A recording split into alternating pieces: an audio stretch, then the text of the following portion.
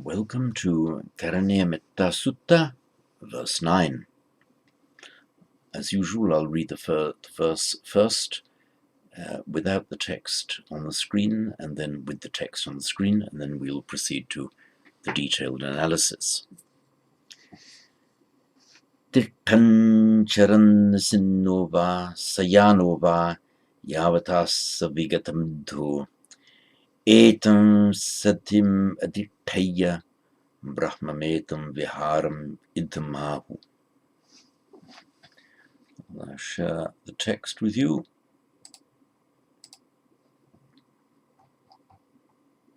There we are. Tirthan charan nisinno va sayano va yavatasa vigatamidhu etam satimatithaya brahmam etam viharam idhamahu. The main verb here is aditthaya.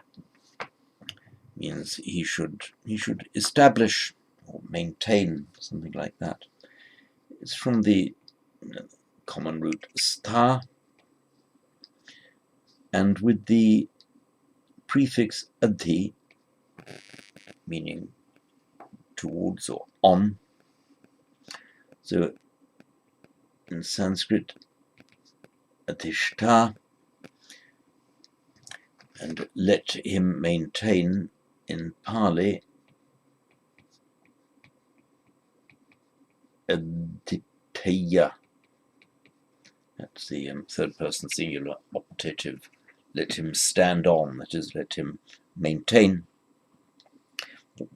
be resolved on, something like that. So, etam satim aditthaya. So, sati is a word we all know that means mindfulness. It's from the root smri, to remember, and in Sanskrit smriti just means remembering, and the smriti in Pali becomes sati. So etam satim, that's in the feminine noun, but here it's in the accusative, so sorry. So he should establish, or he should maintain, or resolve himself upon aditthaya etam satim, this mindfulness, or this thought, this mindfully maintained concept or idea. And when should he do it? There are three present participles in the first sentence. Tirthan, charang, and sayano are present participles. Tirthan, in Sanskrit, tishtam. Tishtan means standing, while standing. Charam, from charati, to go, while standing, while going. It could also be interpreted as while staying somewhere or while traveling, but basically it's just while he's still or while he's moving, standing or going. Tirthan charan nisinno, seated, from the root sad, and nisinna means seated, sitting down. And sayano, from the root shri, and shrayana in Sanskrit, sayana in Pali. It's a present participle with the ending in ana. Some of them do for reasons that I won't trouble you with yet. You can look it up in MacDonnell 158 or Duracell 447 and following. So it just means while lying down. And the present participle is used as a concurrent action while standing, moving, seated, while lying. So the present participle is an adjective that describes what is being done, what is happening at the same time as the main verb. So tirtang, while standing, charan, while walking, nisinno, while seated. That's not a present participle, it's a past participle. Sayano, while lying, or just lying. And this tirtang, charan, nisinno va, sayano va. This va, meaning or, repeated, mean whether standing or sitting, whether standing or walking, whether sitting or lying. This va, whatever you're doing. Any of these things, it's the effect of the va and the repeated va. Unisinno va sayano va. Yavatassa vigata midho. Yavat, in its stem form yavant, and like any other adjective ending in vant, the van adjective, it makes its instrumental in atta, yavata.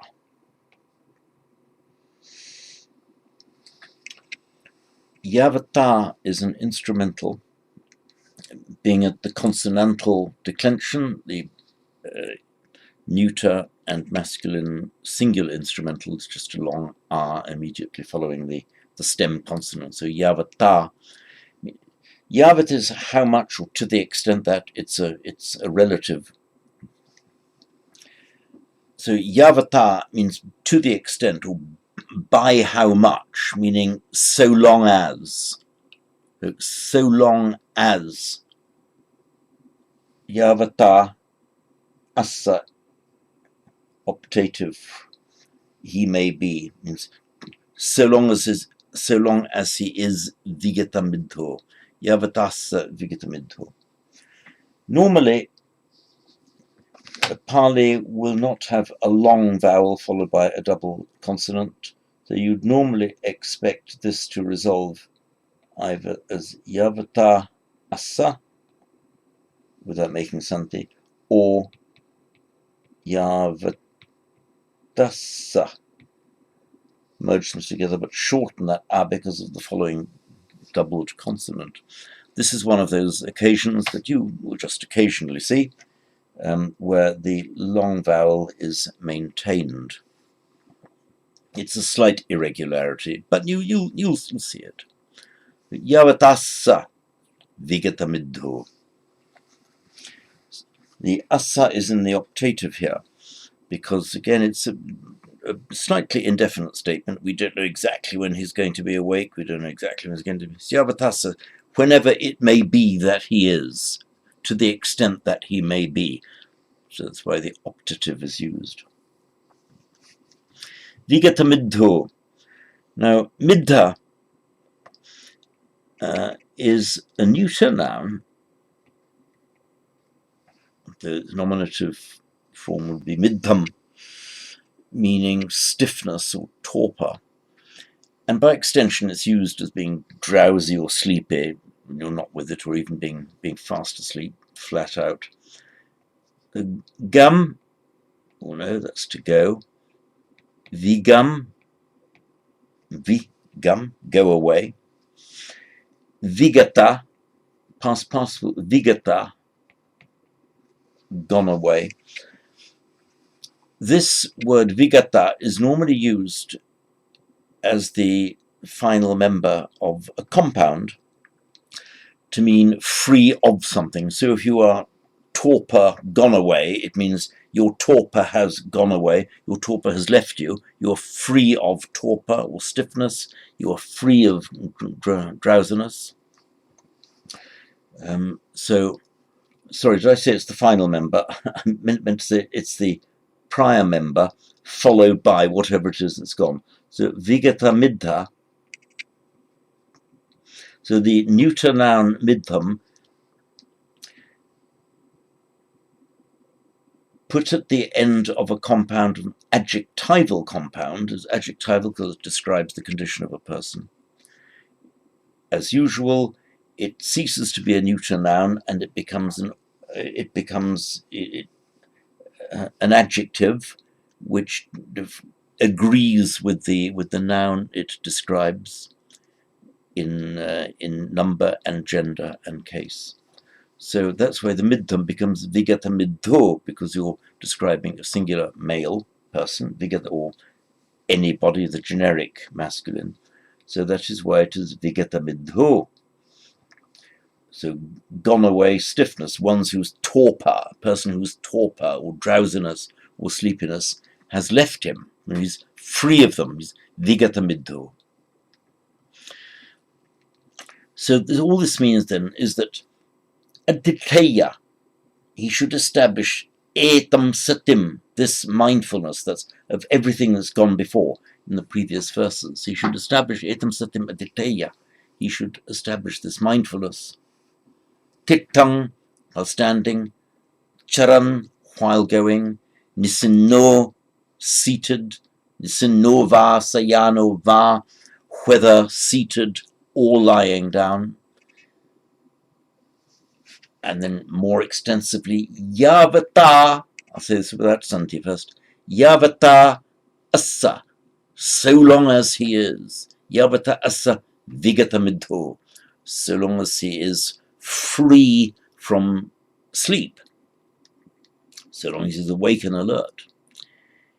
Etam satim adhiteya, let him maintain, be resolved on, let him be settled on this satim, etam satim, this mindfulness. Brahmam etam viharam idam ahu. Ahu is a slightly irregular verb.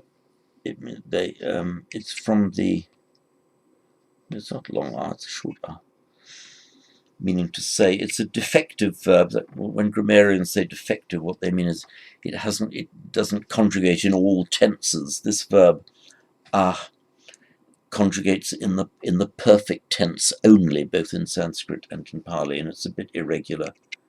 So ahu means he has said. But it's also used as an impersonal verb. In other words, not a particular person has said, but it's just is used to mean so it is said, it is reported to be, it is said to be so. Let's put ahu. And the thing that is said to be so is put in the accusative, as in they say it to be. A bit like in Latin. So, etam viharam idam ahu. Brahmametam viharam idam ahu. So they say, literally he has said, meaning people say it is said. Etam Brahmam viharam. Etam this. Brahmam, from the Hindu, Brahma, God, used as an adjective, it means divine, godlike or divine. So the Brahmo viharo is a divine abiding, mostly used as a compound. So it's we're familiar with the Brahma Vihara,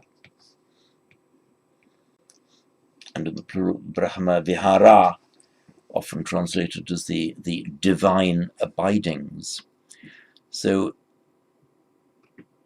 Brahmam etam viharam idamahu. They say, it is said, ahu. Brahmam viharam. Ahu etam Brahmam viharam. They say this to be the divine abiding. In English, they say that this is the divine abiding. In Pali, just they say this, the divine abiding. Idam, an indeclinable word, just meaning here or here and now.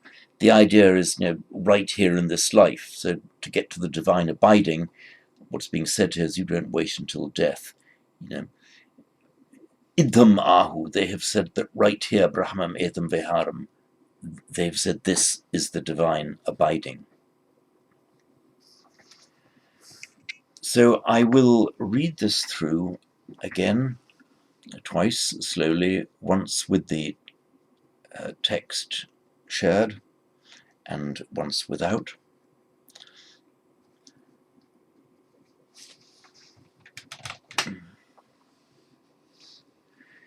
Tittang charan nisinnova sayanova yavatasa vigatamidho etam satim adhittaya brahmametam viharam idhamahu. And now without. Tittang charan nisinnova sayanova yavatasa vigatamidho etam satim adhittaya brahmametam viharam idhamahu. That concludes this video.